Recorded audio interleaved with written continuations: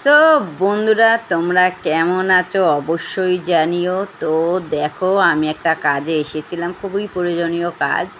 তো যখন আমি ভিডিওটা তুলছি, তখন দেখো একটু ওয়েদারটা মেঘলা মেঘলা ওয়েদার ছিল। তো তোমরা আমাকে গেস করে বলো তো এই জায়গাটা কোথায়। আশা করি যারা যারা আমাকে খুব ভালোবাসো তারা তারা এই জায়গাটা চিনতে পারছো। তো তোমরা চট জলদি করে আমাকে একটু জানাও তো এই জায়গাটার নাম কি।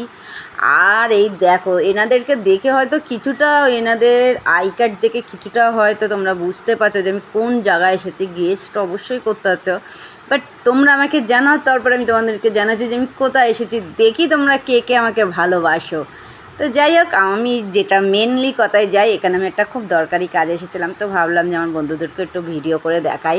তো এখানে দেখো, এই হলুদ হলুদ কী ফুল আমি ঠিক বুঝতে পারছি না, কিন্তু বাট আমার খুব ভালো লাগছে, দারুণ লাগছে। তোমরা একটু আমাকে জানিও, আমি এটার নামটা ঠিক জানি না।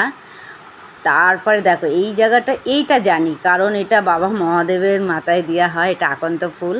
তো এখানটায় আকন্ত ফুল না, সরি, এটা আকন্ত ফুল না, এটা কলকি ফুল বলে। আকন্ত ফুলেরও গাছ আছে, সেটা তোমাদের দেখাতে পারিনি।